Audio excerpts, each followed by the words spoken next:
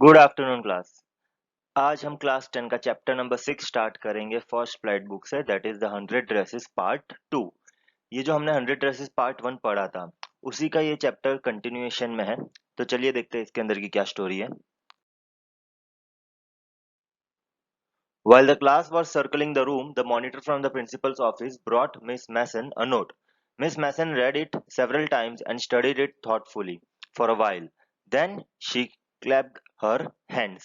तो अब यहाँ पे जैसे हमने लास्ट टाइम देखा था, लास्ट स्टोरी हमने कहाँ तक लीव की थी कि जैसे स्कूल में सब सारी चीजें डिस्प्ले में थी, ओके। और जो गर्ल थी वेंडा, ओके, वेंडा पेट्रॉन्स की, उसकी हमने क्या देखी थी, उसने जो 100 ड्रेसेस की इमेजेस बनाई थी, ओके, वो सारी क्लास में डिस्प्ले पे थी। और वहां तक हमने चैप्टर एंड किया था, ओके। तो यहाँ पे जैसे कि अभी ये चल ही रहा था, सारे बच्चे जो है सर्कल करके रूम में जो भी डिस्प्ले पे सारे पिक्चर्स थे वो सारे देख रहे थे। तभी मिस मैसन जो कि उनकी क्लास टीचर थी, उनको एक नोट मिला, ओके। तो मिस मैसन ने वो नोट जो है काफी बार पढ़ा, ओके, प्रिंसिपल ऑफिस से जो नोट आया था।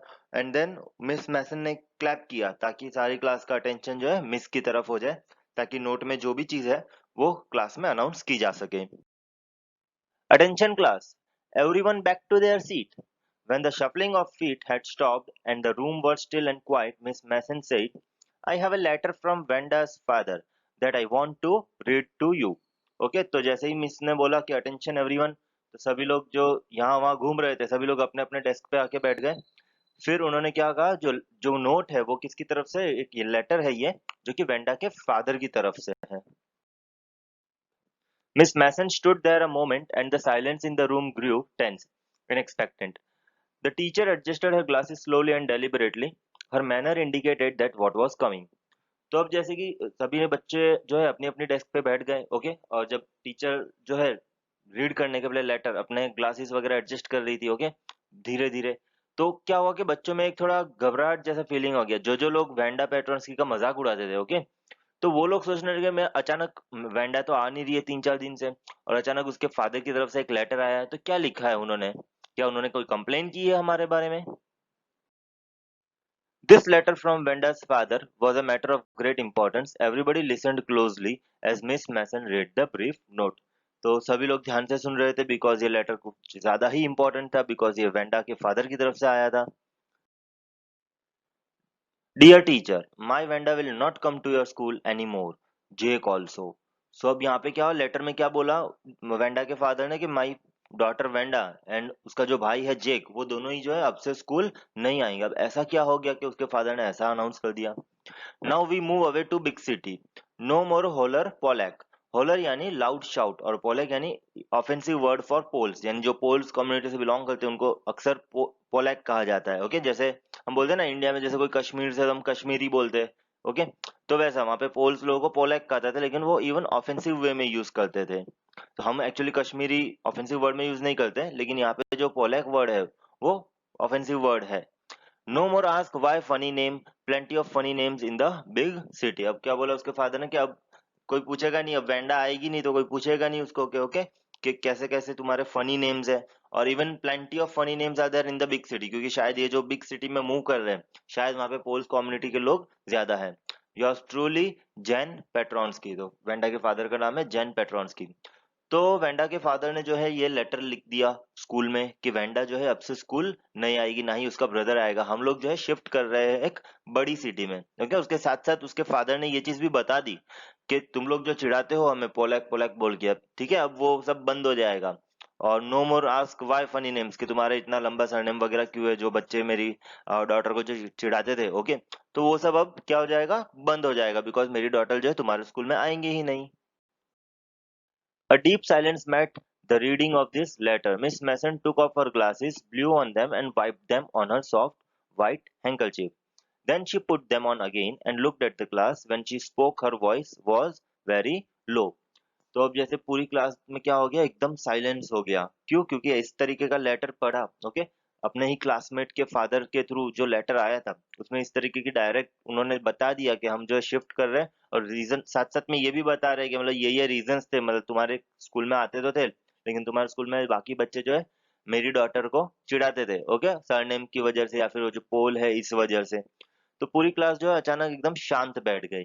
और मिस मैसन ने फिर अपने ग्लासेस निकाले, उन्हें साफ किया, फिर वापस पहना और फिर उन्होंने वापस बोला, I am sure that none of the boys and girls in room 13 would purposely and deliberately hurt anyone's feeling because his or her name happened to be a long, unfamiliar one. I prefer to think that what was said in thoughtlessness. तो अब class teacher क्या बोल रही है अपनी class को कि मैं श्योर हूँ कि मेरे क्लास से कोई भी बॉय एंड गर्ल ने शायद नहीं चिढ़ाया होगा वैंडा को, ओके, बिकॉज उसका इतना सरनेम बड़ा है या फिर जो भी है, ओके। बट मैं प्रिफर करूंगी कि अगर किसी ने बोला भी है तो शायद वो थॉटलेसनेस में बोला है, ओके, मतलब बिना सोचे समझे उन्होंने बोला है, मतलब उनका शायद वो मीन नहीं था, उनका पर्पसली वो मीनिंग नहीं होगा, लेकिन हो सकता है गलती से अनजाने में तुम लोगों में से किसी ने जो है शायद उसका मजाक उड़ा दिया हो, ओके, क्योंकि उसके फादर ने क्लियरली लिखा था लेटर में कि मतलब no more asking why you have so different name या फिर लॉन्ग सरनेम्स, ओके। तो इससे यही पता चलता है कि ऑब्वियसली वो कंप्लेन ही कर रहे थे इस लेटर के through. Clear? I know that all of you feel the way I do, that this is a very unfortunate thing to have happened, unfortunate and sad both, and I want you all to think about it. तब teacher ने class को कहा कि ये बहुत ही खराब चीज हुई है, जो भी हुआ है बहुत गलत हुआ है, ओके। मैं चाहती हूँ तुम लोग भी इस बारे में सोचो। The first period was a study period. Maddie tried to prepare her lessons, but she could not put her mind on her work. She had a very sick feeling in the bottom of her stomach. Very sick feeling in the bottom of her stomach का meaning हो जाएगा feeling guilty. तो अब जैसे कि हमें पता है पैगी और मैडी ये दोनों बेस्ट फ्रेंड थे और ये दोनों ही सबसे ज्यादा वेंडा का मजाक उड़ाते थे। वैसे मैडी नहीं उड़ाती थी, लेकिन वो पैगी का साथ देती थी, उसके साथ हमेशा खड़ी रहती थी, ओके। ना ही उसने कभी वेंडा की तरफ से अपोज किया है, मतलब वेंडा की तरफ से वेंडा को प्रोटेक्ट करने की कोशिश की। तो अब क्या हुआ, ये पहला पीरियड स्टडी पीरियड था, तो मैडी अपने लेसन्स पे ध्यान दे रही थी, लेकिन उसका कंसंट्रेशन वहां हो नहीं रहा था। उसको अंदर से गिल्ट वाली फीलिंग आ रही थी, ओके, कि बिकॉज हमने उतने लेवल तक ले गए, उतना चिढ़ाया वेंडा को, ओके, इतना उसका मजाक उड़ाया कि आज ये नौबत आ गई कि उसके फादर यहाँ पे लेटर लिख के बोल रहे कि अब से वो स्कूल नहीं आएगी और वो लोग शिफ्ट कर रहे, तो शायद कहीं ना कहीं हमारी वजह से ही जो है उनको शिफ्ट करना पड़ रहा है। True, she had not enjoyed listening to Peggy ask Wenda how many dresses she had in her closet, but she had said nothing. तो ये तो सच है कि उसको ये बिल्कुल अच्छा नहीं लगता था मैडी को कि जब पैगी वेंडा का मजाक उड़ाती थी, ओके। लेकिन मैडी ने कभी प्रोटेक्ट करने की कोशिश नहीं की थी, मैडी ने कभी कुछ बोला नहीं था पैगी को कि तुम चुप हो जाओ और मजाक मत बनाओ। She had stood by silently and that was just as bad as what Peggy had done. Worse. तो अब जैसे कि मैडी जो है वो चुपचाप खड़ी रहती थी जब पैगी मजाक उड़ाती थी वेंडा का, तो वो भी उतना ही खराब है, okay.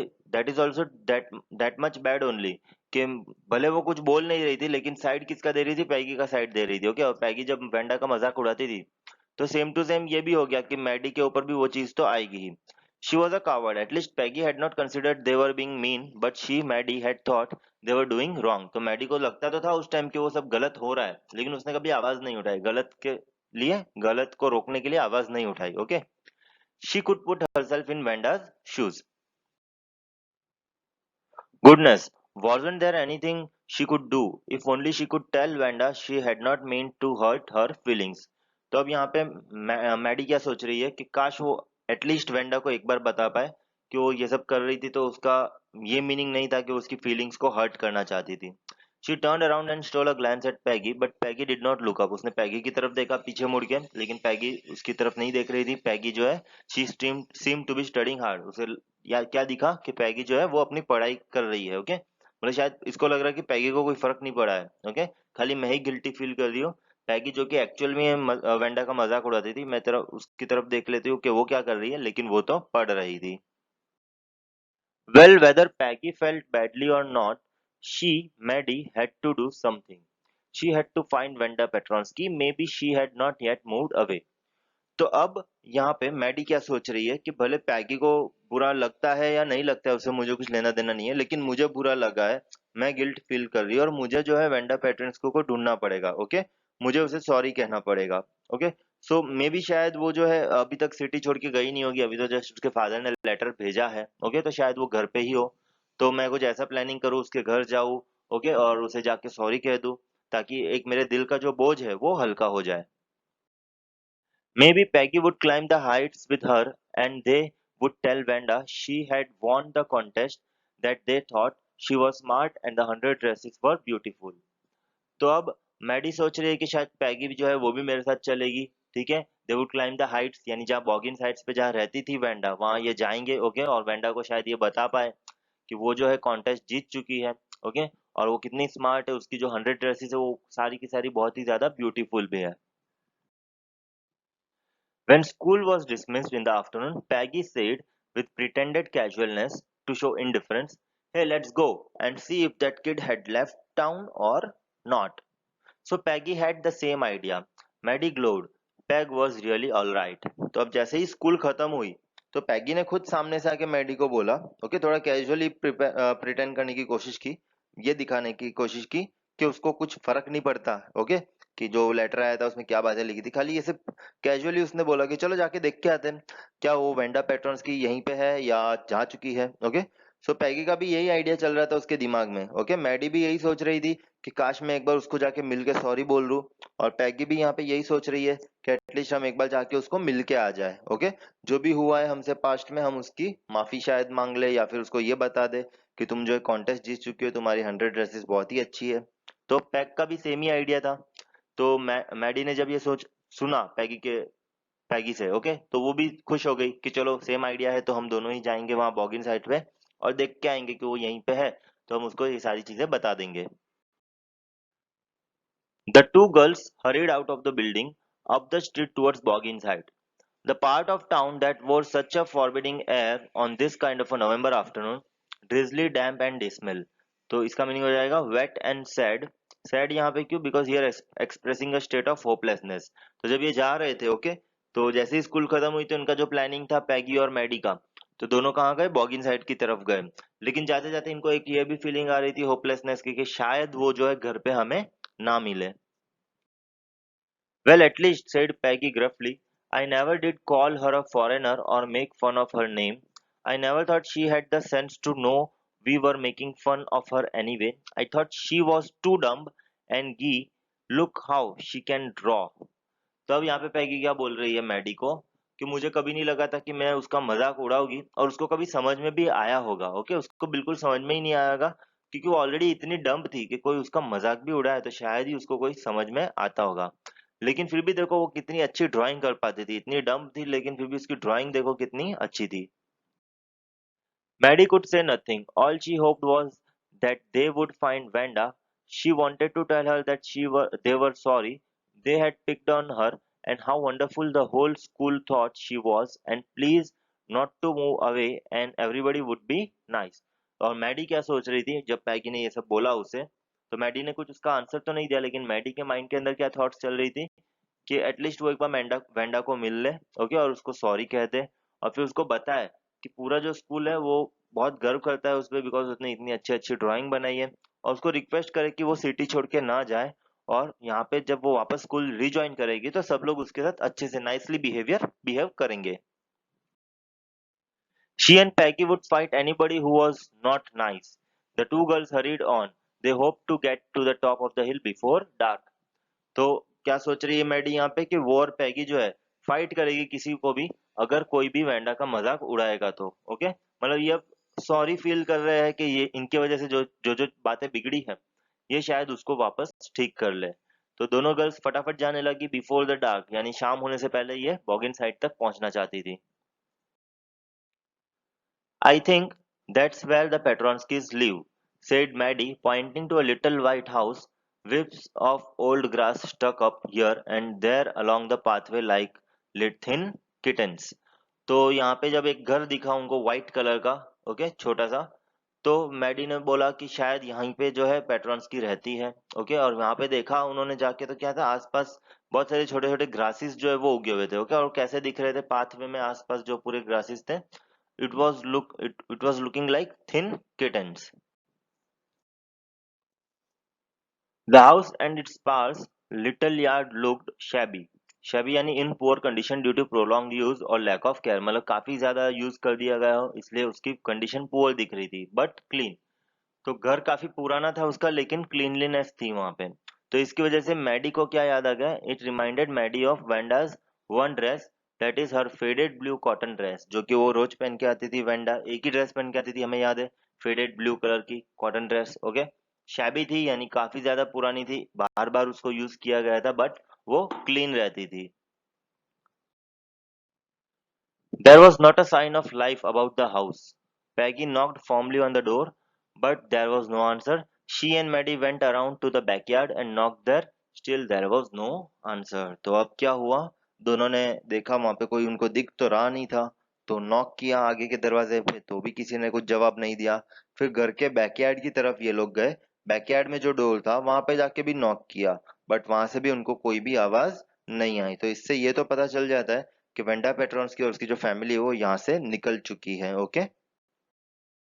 There was no doubt about it, Petronskis were gone.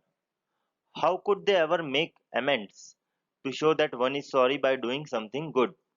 They turned slowly and made their way back down the hill. तो इससे ये पता चल गया कि पेट्रोन्स्कीज जो है वो चले गए हैं।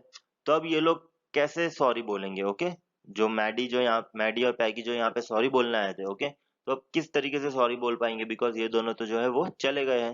So they turn slowly and made their way back down the hill. फिर ये चुपचाप वापस हिल से नीचे आ गए। Well anyway said Peggy, she is gone now. So what can we do? Besides, when I was asking her about all her dresses, she probably was getting good ideas for her drawings. She might not even have won the contest otherwise. तो अब पैगी क्या बोल रही कि well चलो कोई बात नहीं, चली जा चुकी है वो, ओके। और वैसे भी जब भी मैं उसको 100 ड्रेसेस के बारे में पूछती थी, ओके, तो मैं वहां पे उसको आइडिया ही देती थी कि नए नए आइडियाज किस तरीके से हो सकते हैं। जैसे मैं पूछती थी कि ऑल सिल्क, तो उसको आइडिया आता था कि भाई हाँ सिल्क की ड्रेस बनानी चाहिए। मैं पूछती थी ऑल वेलवेट, तो उसको आइडिया आता था कि ऑल वेलवेट ड्रेस बनानी चाहिए, ओके। अलग अलग कलर की, तो उसको वो आइडिया आ जाता था कि अलग अलग कलर की बनानी है। तो पैगी जो है अपने आप को इस तरीके से भरोसा दिला रही है कि उल्टा उसने कुछ बुरा काम नहीं किया है, उल्टा उसने अच्छा ही काम किया है, ओके। जब भी उसको पूछती थी 100 ड्रेसेस के बारे में, तो उल्टा उससे जो है वेंडा को बहुत सारे आइडियाज मिलते थे, ओके। और इसी की वजह से जो मेरी वजह से ही जो है वेंडा जो है वो कॉन्टेस्ट जो है वो जीत चुकी है। Mary turned this idea carefully over in her head, for if there were anything in it, she would not have to feel so badly. But that night she could not get to sleep.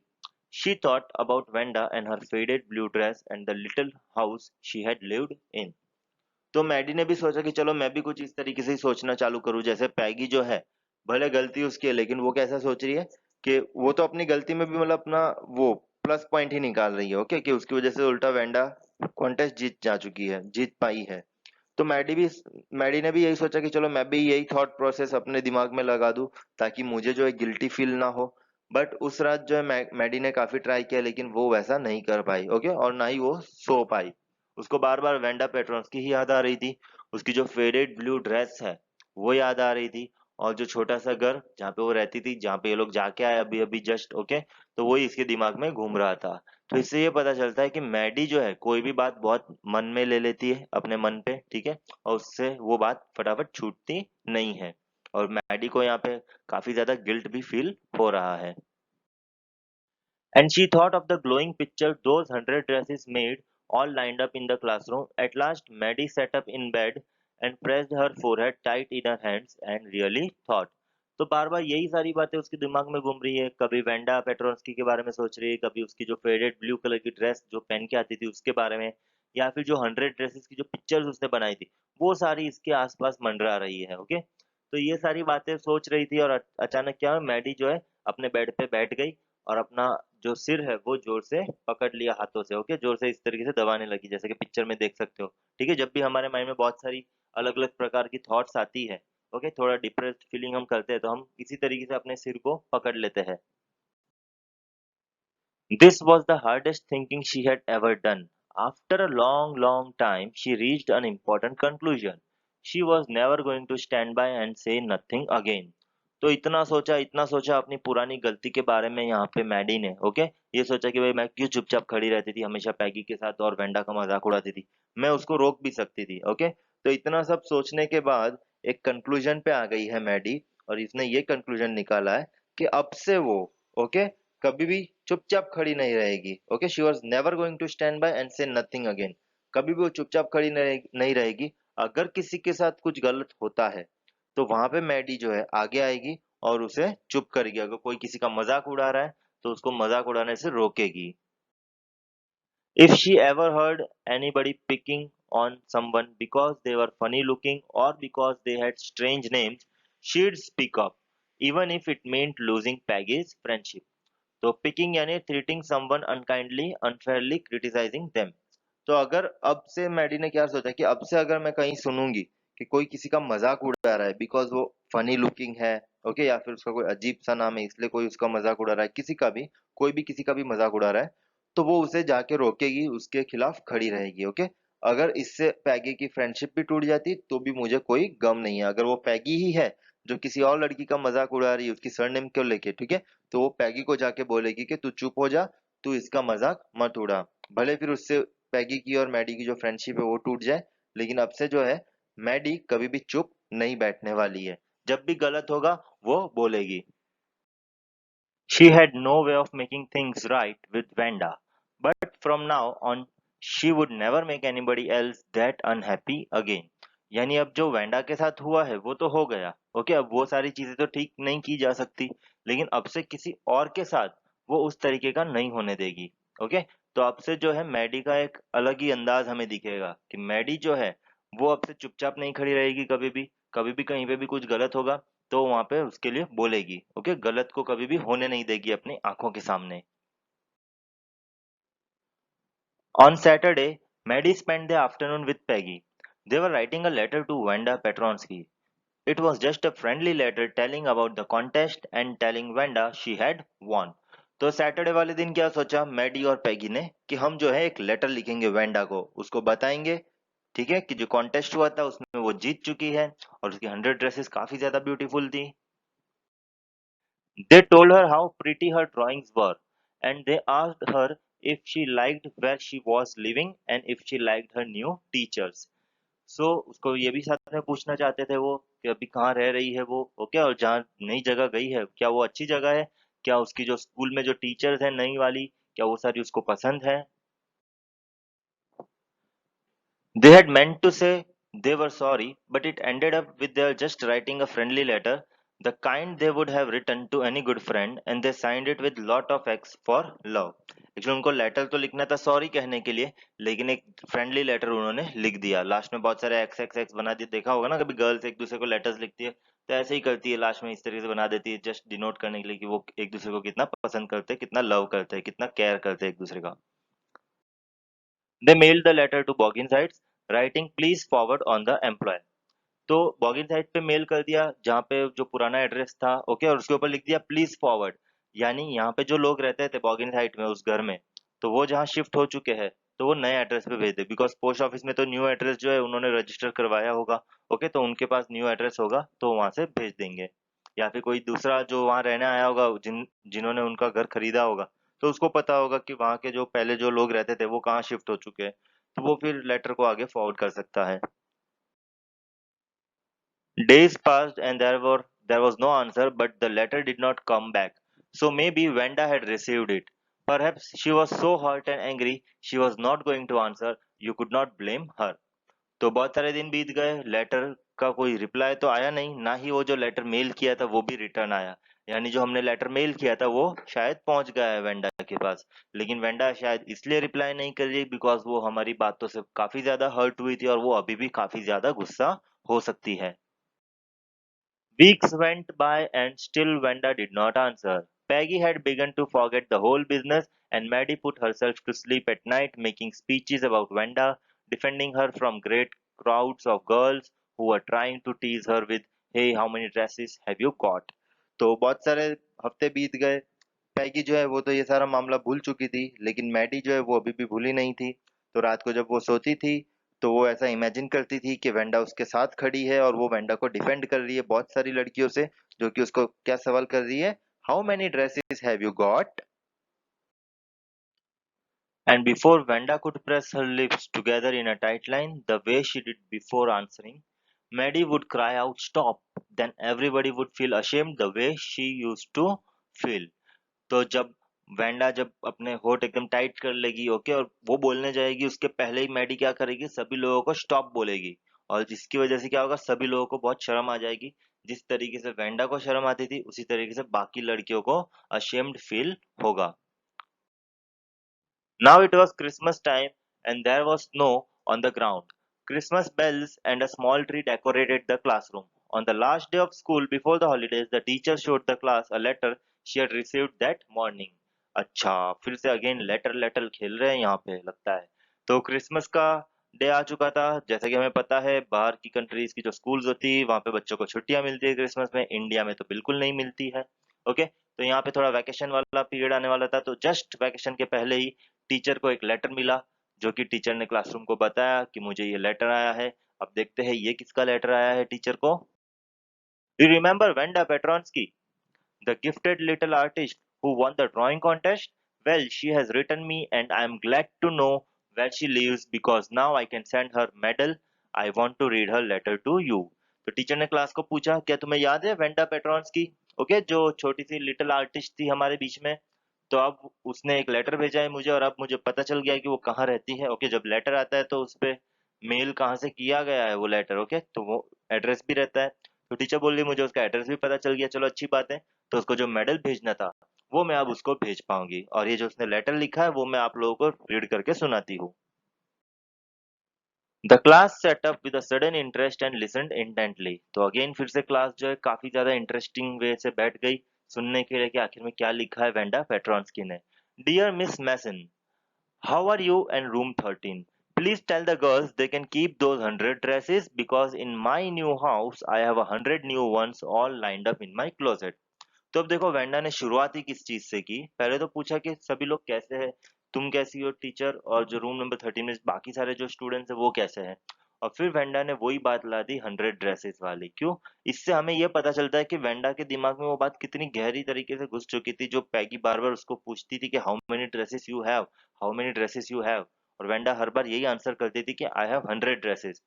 सो यहाँ पे Wanda ने क्या बोला कि tell those girls to keep those 100 dresses, जो drawings थी Wanda की, okay, वो सारी ड्राइंग्स जो क्लासरूम में सभी स्टूडेंट्स रख सकते हैं। बिकॉज मेरे पास अब नए घर में मेरे पास और 100 नई ड्रेसेस हैं all lined up in my closet. I'd like that girl Peggy to have the drawing of the green dress with the red trimming and her friend Maddie to have the blue one. For Christmas, I miss that school and my new teacher does not equalize with you. Merry Christmas to you and everybody.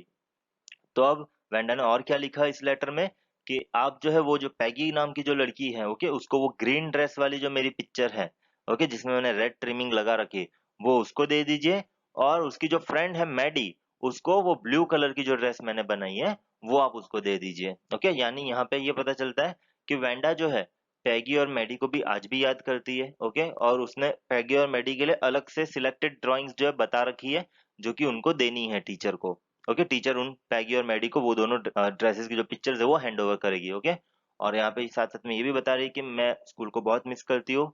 मेरी new teacher जो है वो आपकी जितनी अच्छी तो नहीं है, आपको तो इक्वलाइज नहीं कर सकती है वो। Okay, and merry Christmas to you and everybody. तो सभी को मैरी क्रिसमस विश किया वेंडा ने। तो यहाँ पे ये जो टीचर वाली बात आई, ओके, कि my new teacher does not equalise you, तो इससे ये पता तो चल ही जाता है कि जो पैगी और मैडी ने जो लेटर लिखा था वो वेंडा तक जरूर पहुंचा है, क्योंकि उन्होंने वो लिखा था कि उसको नई टीचर पसंद है या नहीं। तो नई टीचर के बारे में यहाँ पे रिप्लाई किया है वेंडा ने। तो इनडायरेक्टली हम बोल सकते हैं ये लेटर जो भेजा गया है वेंडा की तरफ से, ये पैगी और मैडी ने जो लेटर भेजा था उसी का रिप्लाई आया है। On the way home from school, Maddie and Peggy held their drawings very carefully. All the houses had wreaths and holly in the windows. सो जब ये दोनों लौट रहे थे घर, ओके, तो ये अपनी अपनी ड्राइंग्स काफी ध्यान से देख रहे थे, और साथ साथ में इन्होंने क्या देखा, जो हाउसेस है आसपास, ओके, स्ट्रीट के आसपास के, उनके वहां क्या लगा, रेथ्स। रेथ्स यानी क्या होता है, ये इस तरीके क्रिसमस के डेकोरेटिव्स होते हैं जो कि क्रिसमस टाइम पे घर के दरवाजे के ऊपर लगाए जाते हैं। Outside the grocery store, hundreds of Christmas trees were stacked, and in the window, candy peppermint sticks and cornucopias. Cornucopias यानी क्या होता है, decorative containers usually full of flowers and fruits of shiny transparent paper were strung. तो ये सारी चीजें उन्होंने देखी, जो शॉप्स थी उसमें बहुत सारे क्रिसमस ट्रीज लगाए हुए थे, ओके, वो सेलिंग करने के लिए। और कैंडी पेपरमिंट देखो यहाँ पे इस तरीके से पिक्चर में देख सकते हो, ठीक है, इसको बोलते हैं कैंडी पेपरमिंट। और कॉर्नुकोपिया, कॉर्नुकोपियास यानी ये वाली चीज, ओके, इस तरीके का एक ये रहता है कॉर्न शेप का, जिसके अंदर बहुत सारे फ्रूट्स एंड फ्लावर्स रखे हुए रहते हैं। ओके, इसको हम बोलते हैं cornucopia. The air smelled like Christmas and light shining everywhere, reflected different colors on the snow. Boy, said Peggy, this shows she really likes us. It shows she got our letter and this is her way of saying that everything's alright and that's that. Okay, तो अब यहाँ पे पैगी बोल रही है कि ये इससे ये पता चलता है कि उसको हमारा लेटर मिल गया था और उसने रिप्लाई करके यही बताने की कोशिश की कि सारी चीजें सही है. I hope so, said Maddie sadly.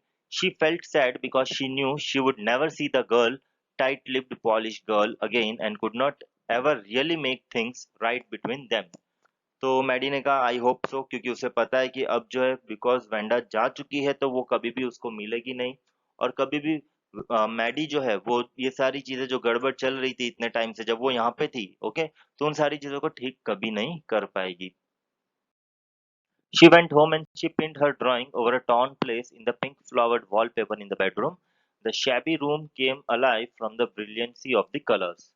तो जब वो घर गई मैडी तो उसके पास जो ड्राइंग थी ब्लू कलर की ड्रेस की, ओके, उसने कहाँ लगा दी, उसने वॉलपेपर जहाँ पे फटा हुआ था, ओके, जिसके बेडरूम के अंदर वॉलपेपर जहाँ पे फटा हुआ था उसके ऊपर उसने वो ड्रेस लगा दी.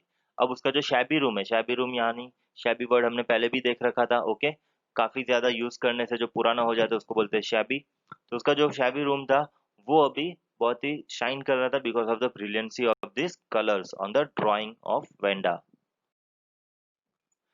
Maddie sat down on her bed and looked at the drawing. She had stood by and said nothing, but Wanda had been nice to her anyway. तो मैडी जो है अपने बेड पे बैठ गई और उस ड्राइंग की तरफ देखने लगी. अब वेंडा जो है वो तो दोनों के साथ ही नाइसली बिहेव किया वेंडा ने, ओके, उसने क्योंकि दोनों का नाम अलग से मेंशन किया था और दोनों को अपनी स्पेशल बनाई हुई ड्राइंग्स की जो ड्रेसेस की जो ड्राइंग्स है वो भी उन्होंने उसने दी. Tears blurred her eyes and she gazed for a long time at the picture. Then hastily she rubbed her eyes and studied it intently. The colors in the dress were so vivid that she had scarcely noticed the face and head of the drawing. तो अब क्या हुआ, जब Maddie drawing की तरफ देख रही तो उसकी आंखों में से आंसू आ गए. इससे ये पता चलता है कि मैडी जो एक बहुत ही ज्यादा इमोशनल लड़की है. जब वो ड्राइंग की तरफ देख रही थी तो उसने कभी भी उसके ऊपर जो चेहरा बना हुआ है वो कभी नोटिस नहीं किया बिकॉज जो ड्रेस है उसके कलर्स इतने ब्राइट थे कि वो कभी चेहरा उसके ऊपर जो बनाया हुआ है वो नोटिस ही नहीं कर पाई. तो अब वो देखने लगी उसके ऊपर जो चेहरा बनाया है वो किसका चेहरा बनाया हुआ है. But it looked like her, Maddie. It really looked like her own mouth. Why? It really looked like her own self. Vanda had really drawn this for her. Excitedly, she ran over to Peggy.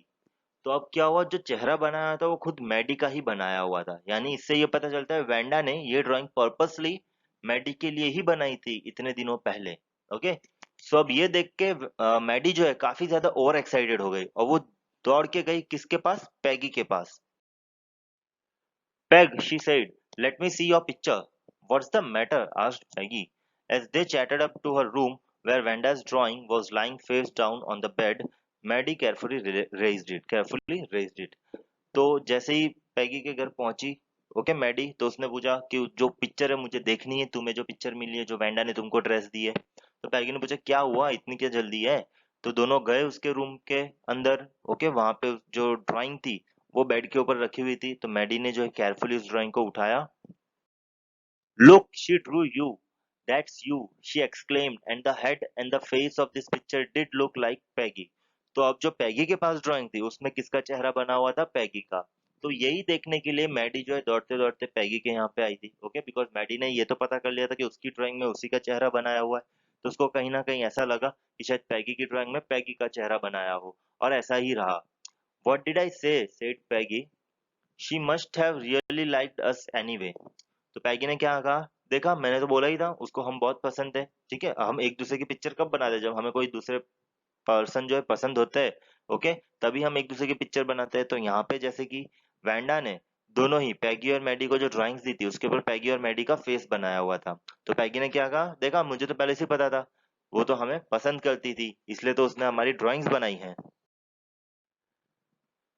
Yes, she must have, agreed Maddie, and she blinked away the tears that came every time she thought of Wanda standing alone in that sunny spot in the schoolyard, looking stolidly over at the group of laughing girls after she had walked off after she had said sure 100 of them all lined up.